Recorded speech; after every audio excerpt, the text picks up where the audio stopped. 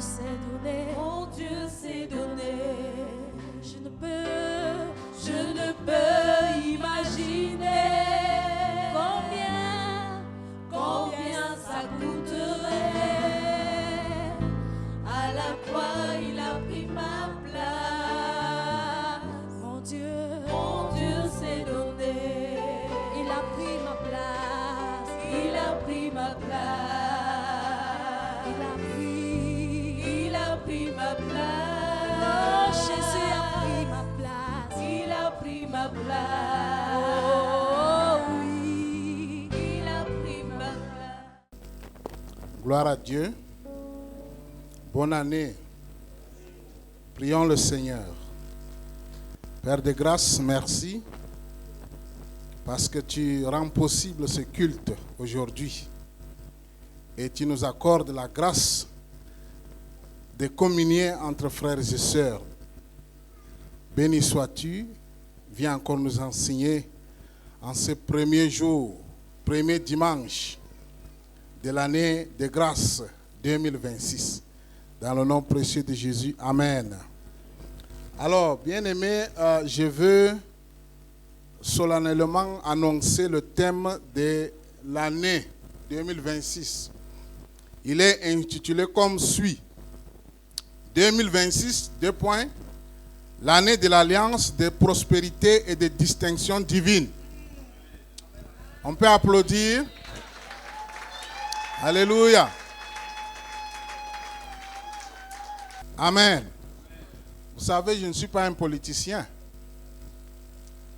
Je ne suis pas non plus un politicien véreux. Alléluia. Je parle de la part du Seigneur. Amen.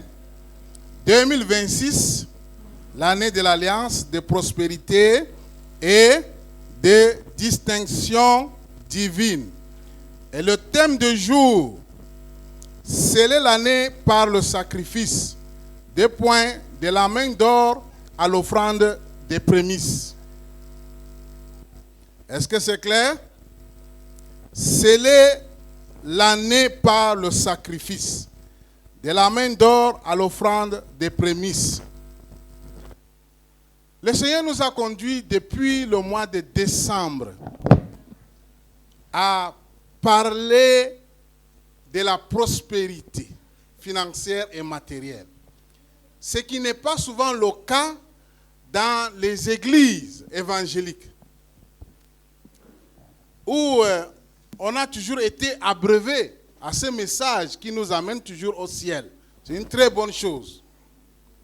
S'il vous plaît, soyons attentifs aujourd'hui. C'est le premier message et le dernier message sur la prospérité financière et matérielle. Amen.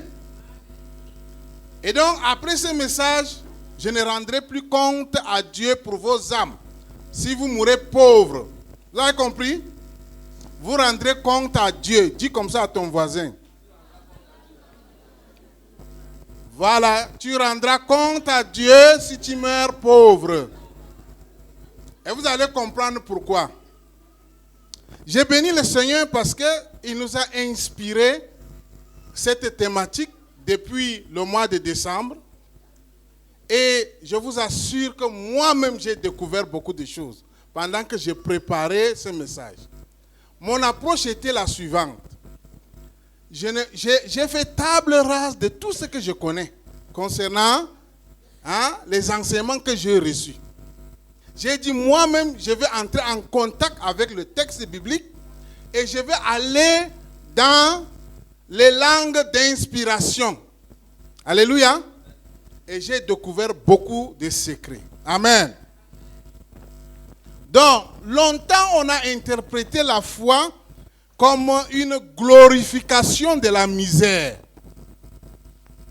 Moi, j'ai déjà entendu des frères dire à des sœurs qu'il ne faut pas s'habiller bien, que c'est synonyme de la carnalité, donc le fait d'être charnel. Vous avez déjà entendu cela, non? Voilà, et aussi vous avez aussi entendu qu'il ne faut pas être riche, parce qu'on a dit que bêta, entrer, le chameau entre quoi? Dans le trou d'une aiguille. Alors que ce n'est pas l'aiguille que vous connaissez là, hein? C'était une porte. On est ensemble? Et donc on a toujours cru que la foi rime avec la pauvreté. Donc, celui qui est un peu riche là, on le regardait et on dit il est entré dans le moukouaï. Alléluia. Si Dieu pouvait vous délivrer aujourd'hui de ce démon de pauvreté. Amen. Ce matin, je voudrais vous dire que la véritable pauvreté n'est pas le manque d'argent, n'est pas le manque d'argent dans sa poche ou bien le manque d'argent dans son compte bancaire. Mais c'est l'immaturité. Retenez bien, c'est l'immaturité devant la parole de Dieu. Et cette immaturité nous empêche de voir les trésors que Dieu a déjà déposés en nous. Vous me suivez? Je vous donne une nouvelle définition de la pauvreté. Selon la Bible, ce n'est pas le manque d'argent. Ce n'est pas le manque de biens matériels. Mais c'est l'immaturité spirituelle. Quand on se regarde dans le miroir qui est la parole de Dieu, et cette immaturité spirituelle nous empêche d'identifier, de discerner les trésors que Dieu a mis en nous. Amen. Lisons Matthieu 5, verset 3. Matthieu 5, verset 3. Allons très rapidement. En esprit, car le royaume des cieux est à eux. Chers Africains, répétez.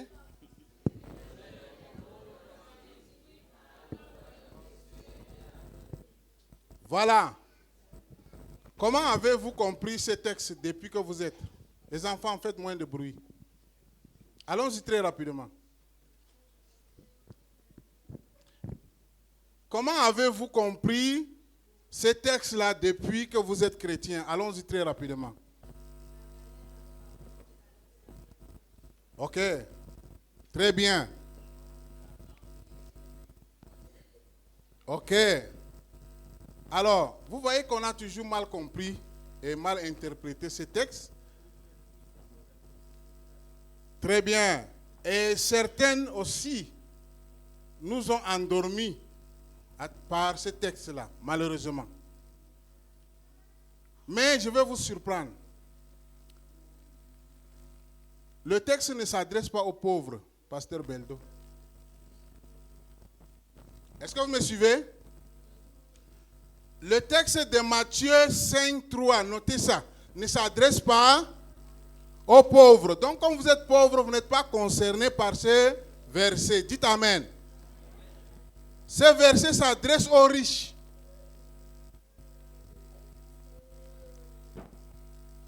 Est-ce qu'on est ensemble, les amis? Ce verset s'adresse à qui? Aux riches, à ceux qui ont l'argent. Et donc, qui peuvent devenir esclaves de cette richesse au lieu d'être des intendants. Vous me suivez? Donc, ça ne vous regarde pas, pauvres Africains. Ça regarde ceux qui sont conscients, qui sont riches. Et donc, qui veulent dépendre de ces richesses. On leur demande de faire quoi? Non. Soyez pauvres en esprit. Faites comme si vous n'avez pas l'argent. Est-ce que vous me suivez? Mettez votre confiance en qui? En Dieu. Depuis que vous avez déjà reçu ce message, dis à ton voisin révélation. Alléluia.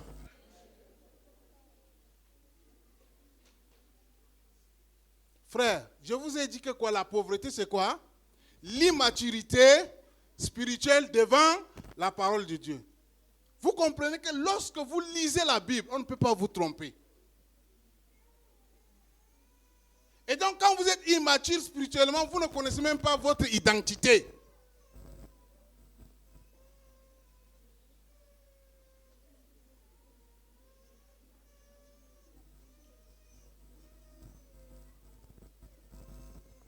Amen. Matthieu 5, 3. Errez les pauvres en esprit s'adresse à qui? Pas Dieu.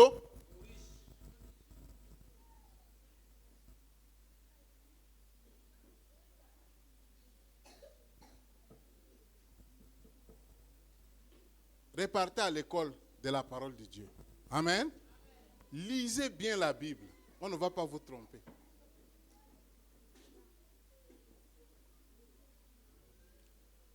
Il y a le code divin. Et je vais vous parler du code divin. Avant de vous parler des données, vous devrez d'abord comprendre ce que vous possédez. Alléluia. Je vais vous parler de l'équation divine. Dis à ton voisin comme ça, équation divine. Alors, l'équation divine, c'est que la main égale or. Dis à ton voisin comme ça. Et nous entrons comme ça dans l'interprétation rabbinique. Pour eux, suivez bien. Ce qui est synonyme n'est pas forcément comme ce que nous pensons en français. Donc, en hébreu, même en grec, chaque lettre a une valeur numérique. D'accord? Et donc, le mot main en hébreu a une valeur numérique qui est quoi? 14.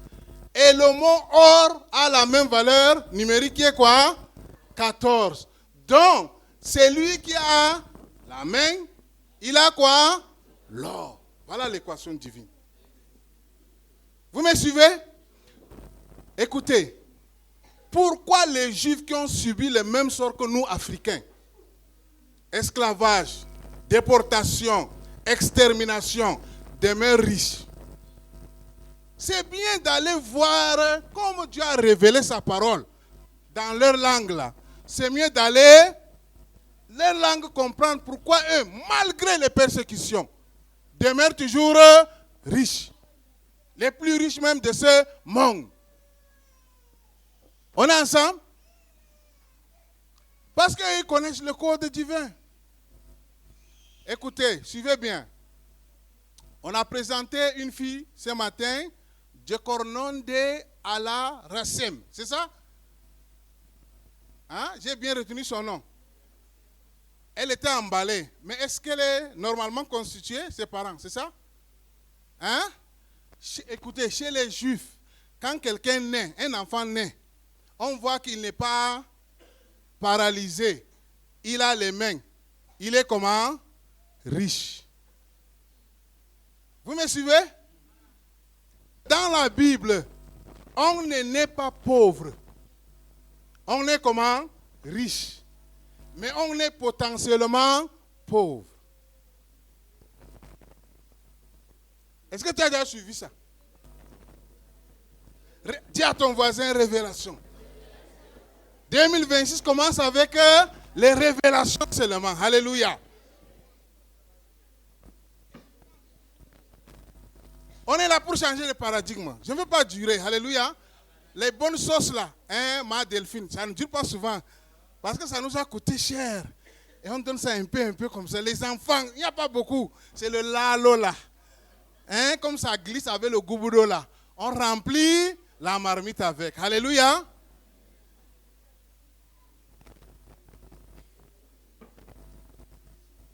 Vous me suivez? Les enfants, levez-vous. Montrez-moi vos mains comme ça là. Sautez, sautez, je vois. Voilà, je vais prier pour vous. Restez debout. Tous ces enfants sont riches. Selon la Bible, alléluia. Vous me suivez? Ils sont riches. Ce n'est pas une prophétie. C'est-à-dire de par leur constitution. Hé, toi, hé, lève la main. Vous me suivez? Donc, selon la Bible, ils sont comment? Riches. mais potentiellement pauvres. Je vais prier pour vous. Fermez les yeux, soulevez les mains. Père éternel, merci pour ces enfants que tu nous as donnés. Oui, tu as permis qu'ils soient en forme. Et ta parole est si claire ce matin. Ce sont des personnes, des hommes et des femmes riches de demain.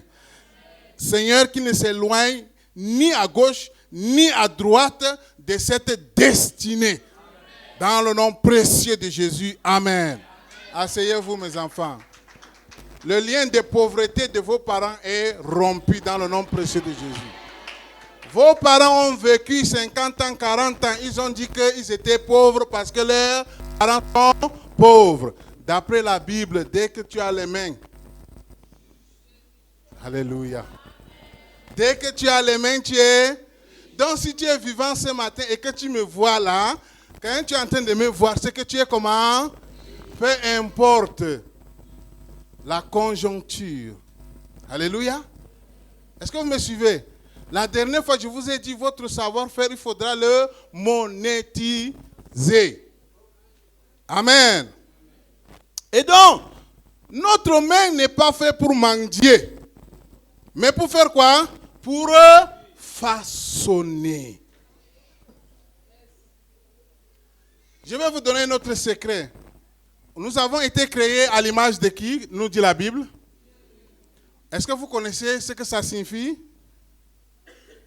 Nous sommes ici, est-ce qu'on se ressemble? Mais si en réalité, si on était tous à l'image des gens, on devrait tous être vrai ou faux? Mais ça veut dire que quelle est donc l'image de Dieu? Hein, frérot? L'image de Dieu, c'est la potentialité de créativité. Dis comme ça à ton voisin.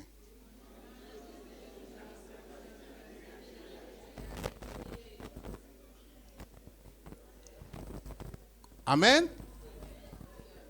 Est-ce que c'est une autre révélation? Si oui, dis à ton voisin révélation. Donc ne demandez plus à Dieu l'argent. Demandez-lui quoi? D'ouvrir vos yeux sur l'argent. Où se trouve l'or? Alléluia. Qu'il a mis où? Dans vos mains. Amen. Lisons Proverbe 3, 9 à 10.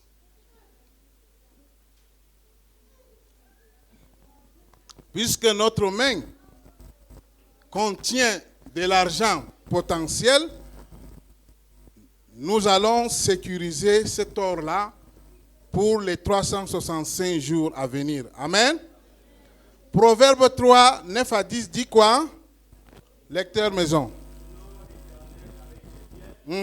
Et avec les prémices de tout ton revenu. Très bien.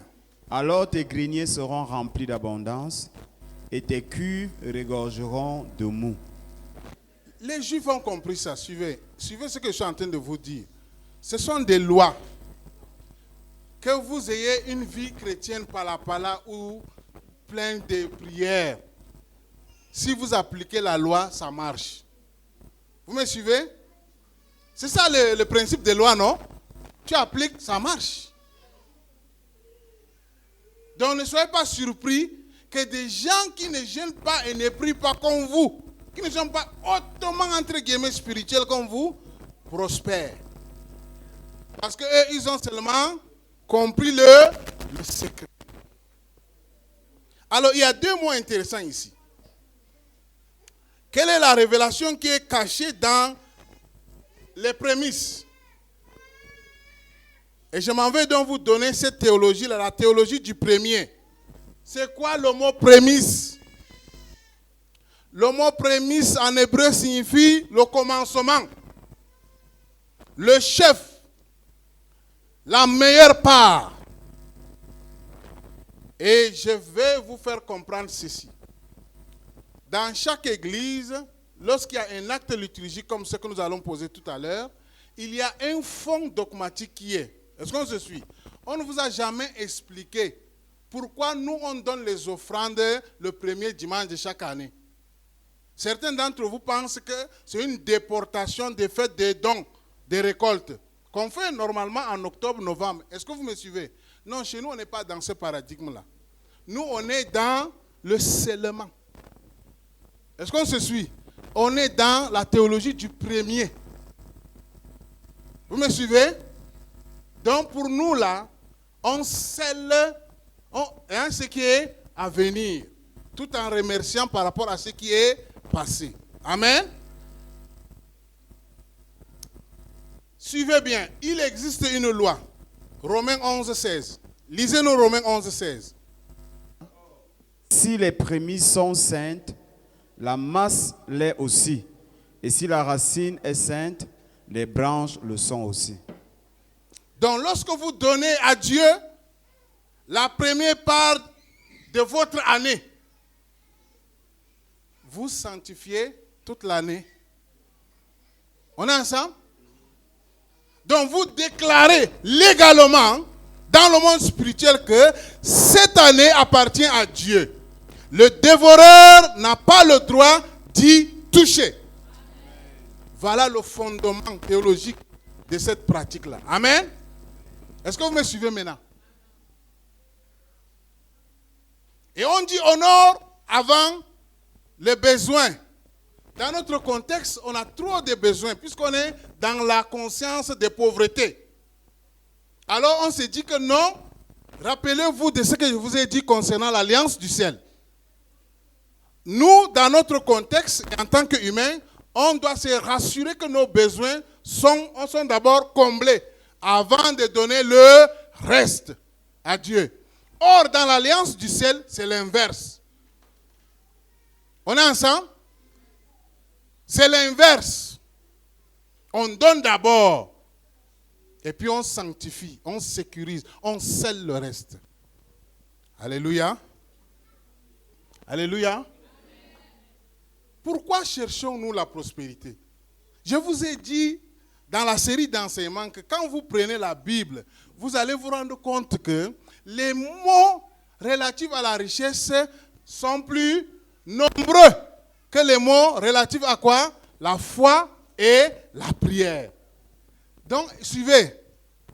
En réalité, la piété sans la prospérité, c'est un échec spirituel, selon la Bible. Vous avez suivi ça? Parce que, écoute, quand Jésus dit « heureux les pauvres en esprit », eux là, ceux qui le suivaient, là, ils n'avaient pas de problème de compréhension. Hein. Parce qu'eux, ils savaient que pour le juif, la bénédiction, on sent que tu es spirituel lorsque tu es béni matériellement à l'image de qui par Abraham. Est-ce que vous me suivez? Pour eux, c'est ça. Et donc, il leur dit donc, attention, faites attention. Ne mettez pas votre confiance aux choses périssables. Vous les avez, ces richesses, mais ce que je veux de vous, c'est que vous dépendez entièrement de l'auteur de ces richesses, afin que vous ne soyez pas esclaves de ces richesses, mais des intendants. Est-ce que c'est clair maintenant? Donc si on a pris le texte là pour vous endormir, demandez pardon à Dieu pour ces gens-là. Demandez pardon. Dieu a dit pardon à ces gens qui ont dit que bête à être pauvre pour entrer au ciel. Dis comme ça à Dieu. Tu n'as jamais entendu le message là? J'ai déjà entendu un homme dire, un pasteur dire à son fils a dit il veut être riche. Le pasteur lui a dit devant moi que tu ne seras jamais riche, puisque moi je ne suis pas riche, ton père n'est pas riche. Et il prend l'image des Arabes. Vous me suivez? Donc, selon la logique humaine, quand ton grand-père a un peu, toi aussi, non, ton père en a, toi tu viens naître dedans, non? Non, selon la logique biblique, tu nais, peu importe ce que tes parents mangent. Hein. Toi, si tu es en forme, tu es né riche. Est-ce qu'on se suit? Mais tu deviens potentiellement pauvre. Or, en Afrique, la pauvreté est héréditaire. Donc, vous voyez qu'on est sous l'emprise démoniaque. Fais comme ça. Je déchire ce manteau de pauvreté. Ce sont des actes prophétiques. Hein? Vous savez que je ne suis pas gourou, non? Je ne suis pas en train de faire le clown. Déchire encore, je n'ai pas bien vu. Les enfants déchirent. Voilà, parce que je suis né potentiellement... Non, potentiellement pauvre. Et je suis né comment? Riche. Pendant longtemps, j'ai vécu avec la conscience de pauvreté. Ça se rompt aujourd'hui. Alléluia. Je rentre dans ma vraie identité. Alléluia. Mais ce n'est pas pour aiguiser notre ego. Pourquoi cherchons-nous l'abondance? Ce n'est pas juste pour le confort social. Vous me suivez? Lisons Matthieu. Matthieu 28, 18 à 21. C'est là aussi notre révélation. Matthieu 28, 18 à 21. Lecteur maison. Tant approché, leur parla ainsi. Tout pouvoir m'a été donné dans le ciel et sur la terre. Allez, faites de toutes les nations des disciples, les baptisant au nom du Père, du Fils et du Saint-Esprit. Et enseignez-leur à observer tout ce que je vous ai prescrit. Et voici, je suis avec vous tous les jours jusqu'à la fin du monde. Quel est le mandat que Dieu a laissé à l'église? Josias. Josias est ici. Il a prié tout à l'heure. Quel est le mandat? Allez faire Quel est le mandat? Oui, allez-y, allez-y. Allez faire de toutes les nations les disciples. Faire des disciples. Suivez, hey. Le mandat, ce n'est pas évangélisation. Parce que, oui, je peux être chez moi, j'évangélise. Dans le car, j'évangélise. Partout, on évangélise. Mais le mandat, c'est quoi? Et c'est ici donc le secret de la richesse de l'église. Est-ce que vous avez déjà lu ça comme ça? Nico? Dis à ton voisin révélation, Nico. Révélation. Pour vous, comment vous lisez ça avant? Tu peux maintenant... Bon, l'ONU là a combien de pays? Environ 200 pays, non? Inscrits à l'ONU. Dis-moi la vérité, tu peux aller là-bas.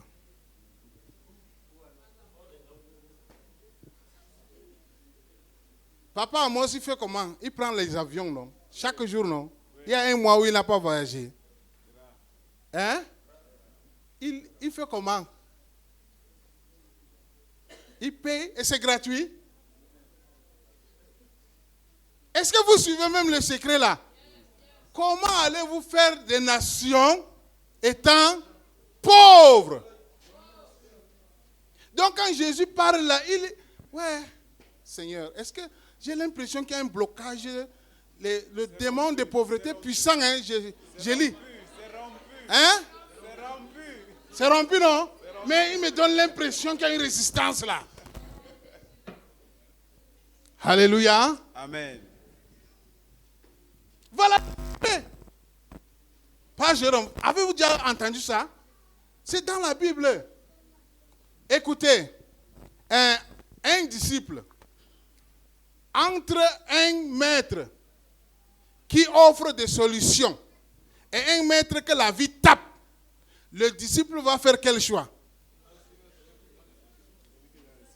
Hein? Vous voyez comme vous êtes intelligent, non? Donc quand Jésus dit, allez faire des disciples, ça veut dire que pour Jésus, vous êtes comment? Des riches. Vous me suivez? Je vous dis la vérité, un disciple ne peut s'accrocher qu'à celui qui peut lui offrir des solutions. Quand il va arriver à la réunion, il peut dire, prends 500, va, rentre avec. Et non, béni, prions pour le Seigneur. Tu n'as pas l'argent des taxis. Oh, mon frère, le Seigneur va pouvoir. Moi-même, je n'ai pas encore payé mes facs. Bêta, laisse ça. Prends 2 semaines de retraite pour entrer dans ton identité. Alléluia. Laisse l'œuvre là, laisse ça. Mets ça de côté. Je vous dis la vérité. C'est lui qui a reçu la vision de ce ministère qui vous réunit aujourd'hui.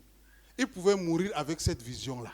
Si Dieu n'avait pas suscité cette structure, si Dieu ne vous avait pas suscité pour soutenir financièrement. Vous me suivez? Combien sont au cimetière? Allez les voir. Quand Jésus dit, je suis avec vous tous, il nous donne le mandat d'être des maîtres qui offront quoi? Des solutions. Amen. Amen. Vous connaissez le cas de qui là? D'Abel et Caïn. Mais qu'est-ce qui a distingué Abel? Abel a donné avec discernement. Oui. Abel a donné avec discernement. Alléluia. Nous sommes appelés à enrichir nos familles et notre nation. Dis comme ça à ton voisin. Révélation.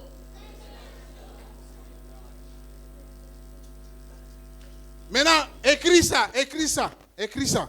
Chaque fois que le diable va venir, écris. Je cite, dictée. La piété. La piété. La piété, L-A-P-I-E, accent aigu, T, accent aigu. La piété. Sans productivité. Vous êtes à la ligne? On dit oui, monsieur. Voilà.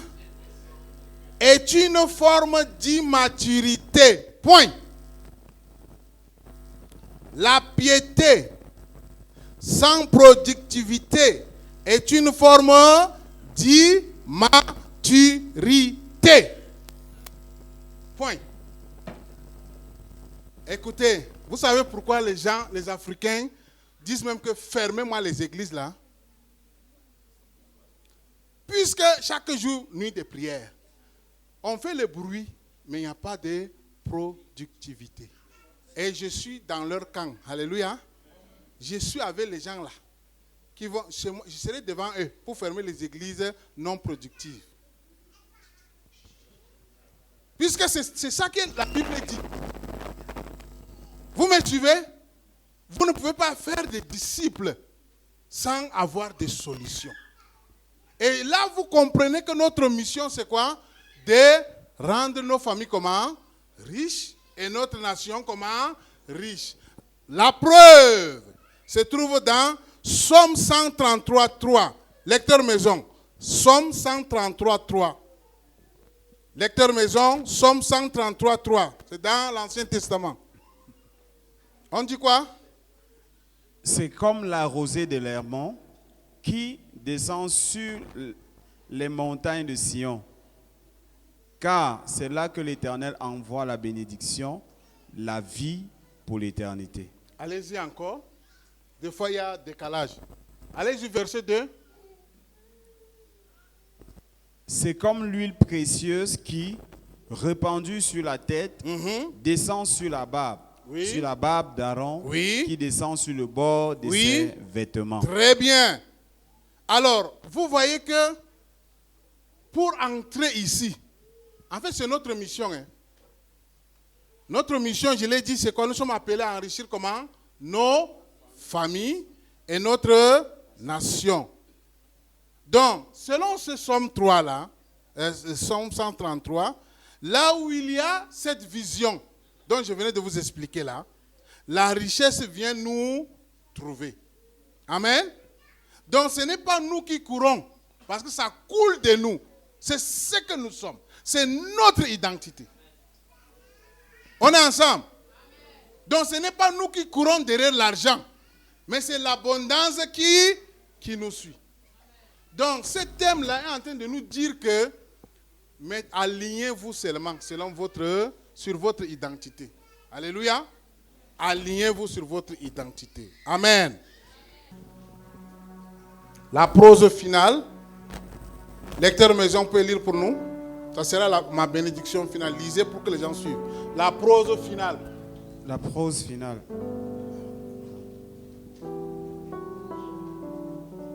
Sous l'ombre du Très-Haut, le cycle s'ouvre sur l'éclat de l'alliance. Amen. L'investisseur sage déploie ses filets là où le monde ne voit que le vide. car le Seigneur du nom sacré marche devant vous pour tracer le chemin. Oui. Que la distinction divine soit le manteau qui vous sépare du commun. Que la prospérité coule comme un fleuve nourri par la source éternelle. Triompher de l'épreuve par la force de la promesse qui ne saurait faillir. En 2026, que vos greniers débordent et que vos cœurs excellent de joie. Exulte de joie. Car celui qui a promis est fidèle pour accomplir sa parole en votre faveur. Demeurez dans cette lumière qui ne connaît point de déclin ni d'obscurité. Amen.